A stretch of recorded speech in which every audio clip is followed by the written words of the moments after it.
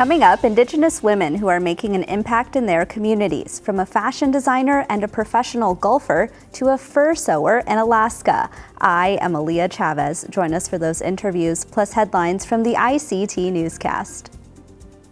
The Walter Cronkite School of Journalism and Mass Communication at Arizona State University is honored to be a supporter of Indian Country Today. ASU offers the only online undergraduate digital media literacy degree, teaching students how to recognize and combat inaccuracies on all platforms. They are using cutting-edge tools and tactics to separate fact from fiction in a digital world overloaded with misinformation. Learn more at cronkite.asu.edu.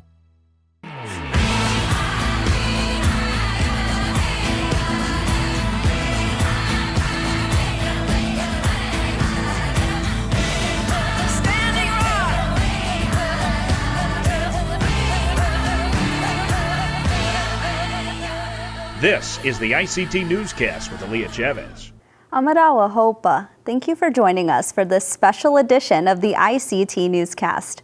All around the nation, we've interviewed Indigenous women working to push the needle forward. Today, we are looking back at interviews with these fearless leaders. First up, Shanae Bullock is a citizen of the Shinnecock Nation in New York. She is the managing director for the tribe's cannabis business called Little Beach Harvest.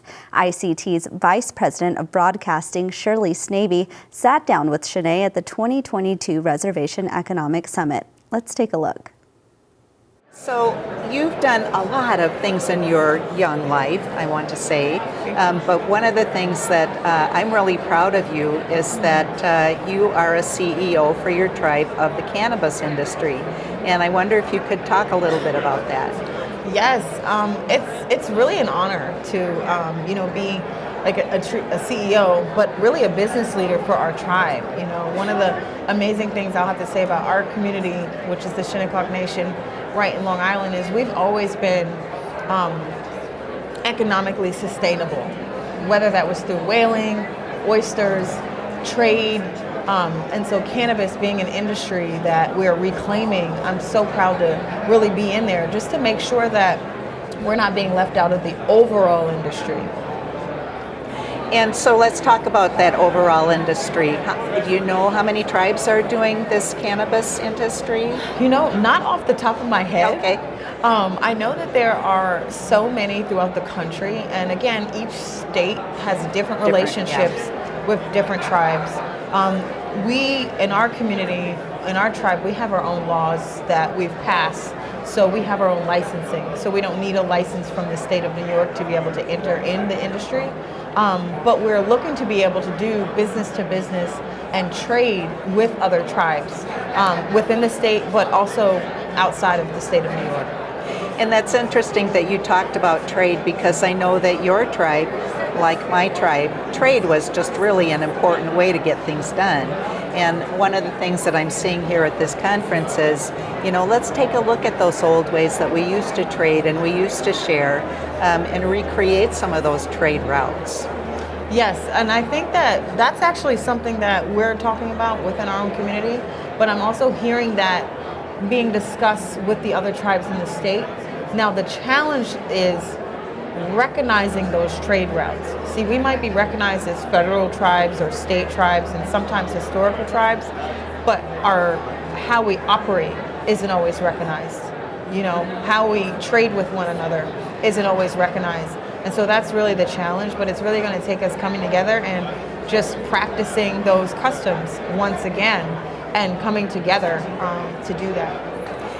I think you said you're one of 7% of women in the cannabis industry, that one of the only CEOs of 7%. What's that like?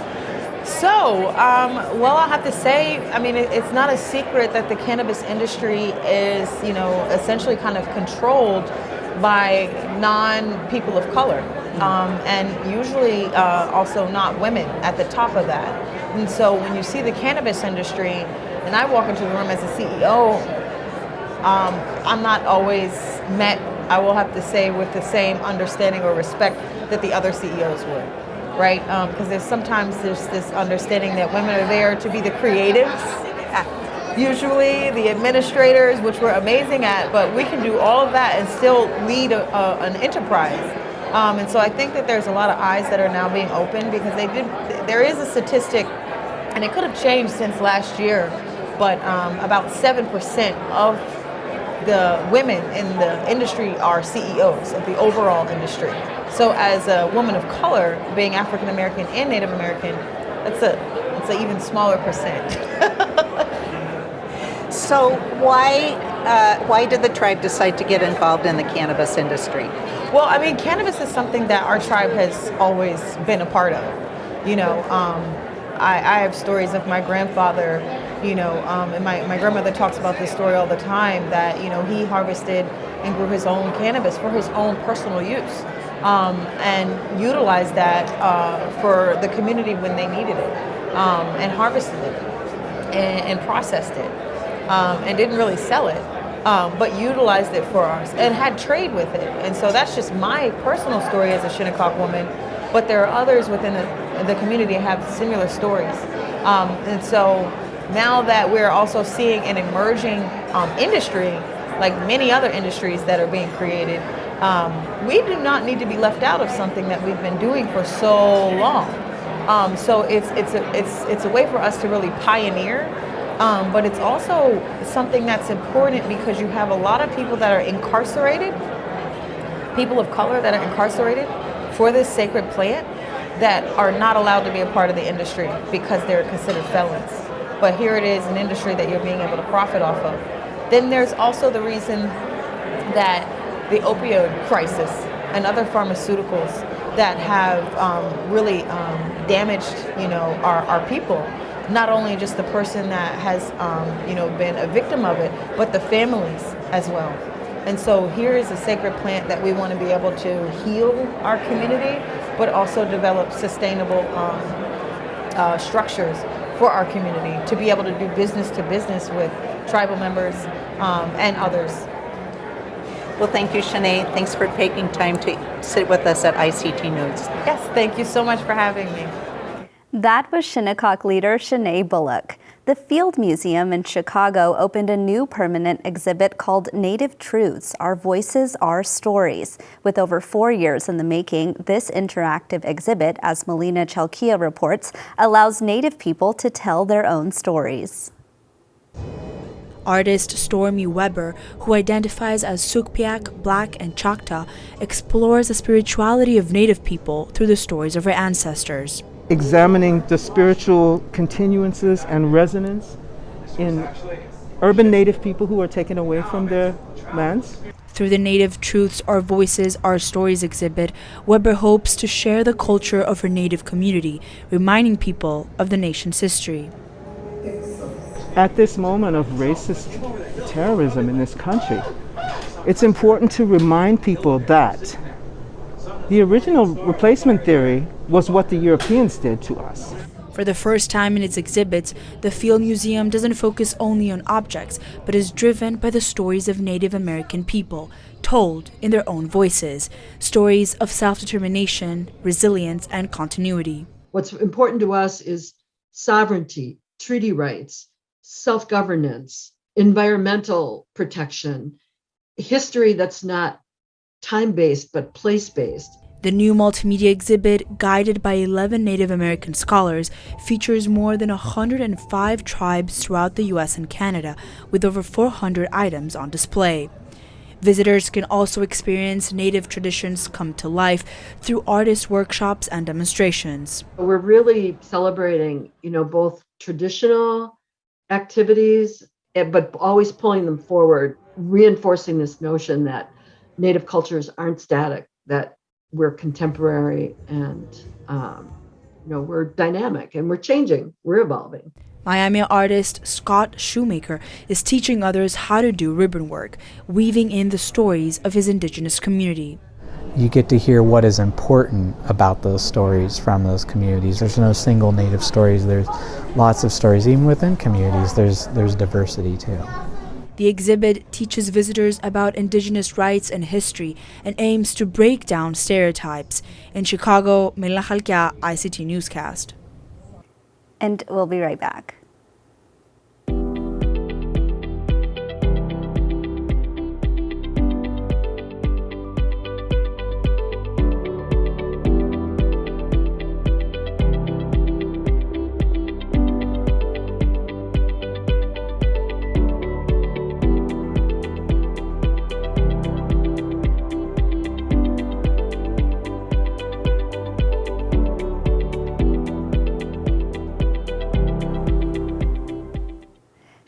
Tucker is a fashion designer based in Phoenix, Arizona. Her work has been featured on runways in Arizona, Los Angeles, and even in Paris for Fashion Week. Let's take a look back at a previous interview. Hi, Sheila. Welcome to the ICT Newscast. Hi, thank you for having me. So tell our viewers what kinds of apparel that you specialize in. I do a lot of gowns. I just do attire. I love to create a lot of just wearable stuff that people would wear just anywhere, like going to an event or evening gowns. I also do hats. So I do fedora hats. I love vintage hats as well. So I also love to do fascinator hats, cloche hats, earrings, necklaces, belts. I do it all. And how did this project start for you? I mean, was this something that you've always been interested in doing? Yes, actually, I always have been very creative. I've always been a beader. It's just something I was raised with. I always say that, being Indigenous, beading and garment making is always a way of life, and it still is. So it's just kind of something I was born into. So it's a little bit of an addiction. Yeah. I want to talk a little bit about Indigenous representation in the fashion industry. I mean, to have your work featured in Times Square and to be able to, work on things like Paris Fashion Week and LA Fashion Week. I mean, what does that feel like for you in terms of being an Indigenous designer and showing up to these spaces that weren't necessarily created for Indigenous people? It's really incredible because, growing up, I always did watch Paris Fashion Week back home in Canada as a young girl, and I often wondered, I wonder how people can get into this industry, what do you need to be there? I never really pursued it because, I was a mom, career, all that sort of stuff. But I always kept creating, and people would always tell me, your work's amazing, you should do something with it. I was always so busy working. And finally, to be a part of that, and it just felt so surreal, especially being in Paris. I don't think it really fully hit me until we were there. And I took two of my best friends with me. My best friend from high school also came with me. I took a couple of other friends joined me. And so it was really incredible, being a part of it and being behind the scenes and just seeing the way it all happens and seeing all the photographers, and it was really amazing. Words can't even describe that. And just to be there as an Indigenous, person that grew up on a reservation, born and raised, and, I'm fluent in my language, and it was just incredible. You mentioned that you're a mother. What do your children think about all of your success? Is this something that they get really excited by? Well, my son is 28. He's actually a fisherman on the Bering Sea. So I get to share this with him, but our communication is so far and few. We don't get to video call. So a lot of my excitement is usually through photos and messages to him. And he supports me a lot, my husband supports me a lot. They just think it's amazing. People don't believe them when they tell them, my mom's a designer and my wife is a designer. My soon to be 12-year-old, I don't know if she understands the gravity of it. She doesn't like going to these fashion shows. She's very not interested. So for her, I don't think she quite understands. And but yeah, my kids think my son and my husband think it's really amazing. Well, Sheila Tucker, we'll look forward to your photos of you visiting Times Square here very soon. Thank you so much for joining us. Thank you so much for having me. That was fashion designer Sheila Tucker. A new business called the War Chief Collection was created to combat the culture of alcohol and drug addiction. ICT's Mark Trahant has the story of how this idea became a reality. One of the extraordinary things about the RES conference in Las Vegas is the sheer volume of people doing really interesting things. There are all kinds of businesses on display with things they're doing to make the world better. One really interesting business technique is to take what could be a negative and turn it into positive. And one of those ideas is to take wine and beer and turn it into non-alcoholic products. Jody Colbert is on a mission. She wants to give people a real choice about whether to drink alcohol or not. She said this idea started when her great-grandfather visited her in a dream. In my dream, he told me that's where I'm going to build. And so that's what I did. And the visions just kept coming and it just won't stop. She says these alcohol substitutes could really help save lives. Because we don't have non-alcoholic beverages in Indian country. And that's the problem because of the combat that we're having with alcoholism on the reservations.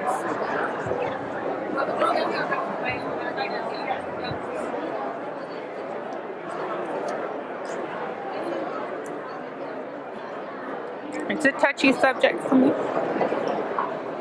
Many people today talk about healthy choices.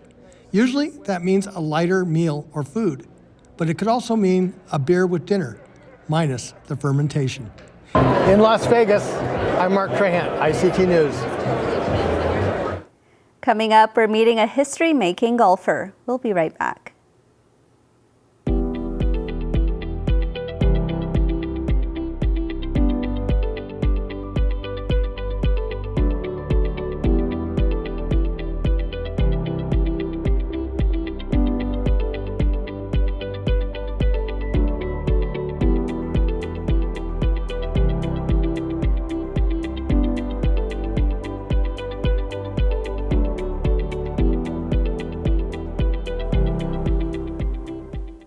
Gabby Lemieux is a professional golfer on the Epson Tour, which is the developmental tour for the Ladies Professional Golf Association. This Shoshone Paiute citizen is the first Native woman on the Pro Tour. Let's watch this interview back. Hi, how are you? Thanks for having me. I'm doing well. Thank you so much for being here. I just want to start off because you recently played in the U.S. Open. Tell us about that experience and maybe recap what your favorite parts were. Honestly, the whole experience was absolutely amazing. To be out there and playing with the best players in the world, and to be one of those in that tournament, it was a great opportunity. I can imagine. We just had Brent Cowie on from Indian Sports, and he was talking about you, and so we got to see some really great pictures of that. You also play on the Epsom Tour, so tell us about that initiative and that opportunity. So basically what the Epson Tour does is it's just a way to teach you how to travel, how to play professional golf, and to use those experiences that you learn for the LPGA, which, this will be my second full year. So I'm really looking forward to using everything that I've learned to hopefully make it on the LPGA. Yeah, we were doing some research before this interview, and we actually found that you come from a pretty competitive family. Tell us what got you started in playing golf to begin with. So my dad was the first one that got me into golf. We definitely played other sports growing up, basketball, volleyball. We played absolutely every single sport. But I probably hit around maybe age 14 when I realized that I loved golf and that going to college was going to be an opportunity for me. And golf was just the one that stuck out. And you did get the opportunity to actually play golf in college. Tell us about that. Yeah, I ended up going to Texas Tech University and on a full golf scholarship, which was probably the best opportunity that I could have had because I was, I took advantage of everything that I had there, which I became Big 12 Player of the Year and #1 in the country for a little while. So I made sure that I took, every opportunity and every chance that I had during college. To play at, really high levels like that, it takes a lot of discipline. Maybe take us through, what discipline looks like in your own life and, how that translates into the game that you play. So for me, it's everyday thing. So you have to travel, you have to make sure you're planning every single day out and making sure that you're still staying active, staying fit, and making sure that you're being able to compete at a very, very high level, which I learned that during college. To compete at that high level and to transfer that into professional life is challenging still. I'm still learning, but I'm loving every second of it. Yeah, and I want to talk to you about mentors because I understand there's a pretty well-known face that we all know and love who has, supported you along your journey. Tell us about him. Yeah, Notava Gay has been my mentor ever since that I said that I wanted to play professional golf. And it's probably been the greatest opportunity that I've had because he's the guy who's already been there, done that. He was the first male to play on the PGA as being Native American. And I feel like that's all I've ever wanted, is to have somebody who can show me the ropes, who can show me the ins and the outs of what it takes to become the best. And he has definitely gave me the best. I don't know how to advice, I guess, is the way to explain it, in every aspect that I could possibly imagine, from the mental game to just how to hit a golf shot. Yeah, I mean, so much of golf is mental. You are so good. I was watching you play, and I, of course, am like an amateur at golf, but I mean, so much of it is mental, even when you're an amateur like me. So maybe talk about that and, what kind of mindset you have to get in before you play. So for me personally, I just try to have the most fun because golf is a stressful game. It is very challenging, even for an amateur. So even for professional as well. So I just try to go out there and have as much fun as I can. And I know that all the shots aren't going to go my way. I know I'm going to get some bad bounces here and there. So I just try to make the most of it. And that's all I could really do. I want to switch gears and actually talk about being a Native person playing professional golf. I mean, you look around and you're quite literally the only person who looks like you and comes from a background like you. Talk about that. I love it. All the support that I get from Indian Country is unbelievable. My sponsors, Amarin, Dixon Golf, and Nike N7, they are so special to me. They have given me the opportunity to be out there, to be that one and support me. And I couldn't explain the feeling because it's like I want to make sure that I'm the first. I'm taking all those bruises and I'm bleeding out here for hopefully to help the next generation behind me. And I'm hoping one day I'll be that mentor, just like how Notava Gay is for me. I know it's sometimes hard to talk about, all the hard things that you have to endure. And like you said, you have to bleed for this to be the first, but maybe talk about what actually those hard moments are for you right now. I think it's more like mental. I'm out here by myself at the moment. My husband is my caddy, but he had to go back home. So I'm out here by myself. I'm going through all these challenges, these mental challenges of maybe you're not playing so good, or maybe, something just doesn't feel right. And to be out here and you're in your own little bubble. So you have to, be mentally positive. You have to tell yourself that you can do it. And I do have people telling me that as well, but this game is very mental. Yeah, absolutely. I want to end on a good note because we were actually getting there to talking about the next generation of golfers and, young Native kids who want to get into golf. If there was a Native kid watching this interview right now, what is your message to them and what do you say?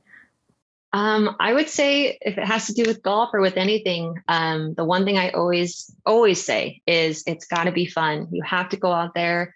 And if it's your dream to play golf, I'm supporting you 100%. Well, Gabby, it's been so nice to visit with you. Thank you so much, and please join us again. Thank you very much. What a fun interview that was. In Alaska, sewing fur clothing is more than a way to stay warm. It's a way to carry on ancient traditions. ICT correspondent Jocelyn Estes has more. Margaret Nawcook, who is Inupiaq and Yupik, began learning how to sew fur when she was just a toddler, watching her aunt. I would always observe her sewing, and it was embedded in my mind. And so presently sewing is just natural to me.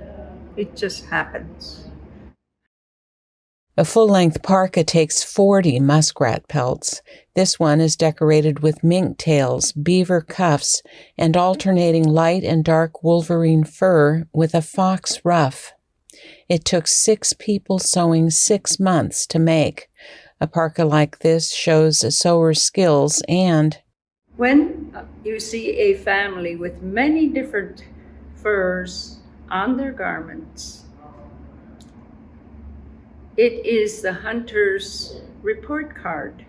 It says that family has a very good hunter provider for the family to be able to have all those different furs on their garments.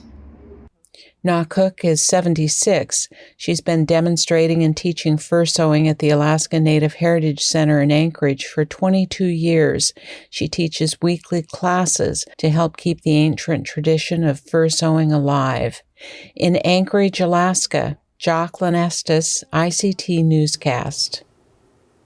And that's a slice of our Indigenous world. For more news, visit IndianCountryToday.com. From all of us in the newsroom, stay safe, my relatives. I am Aaliyah Chavez.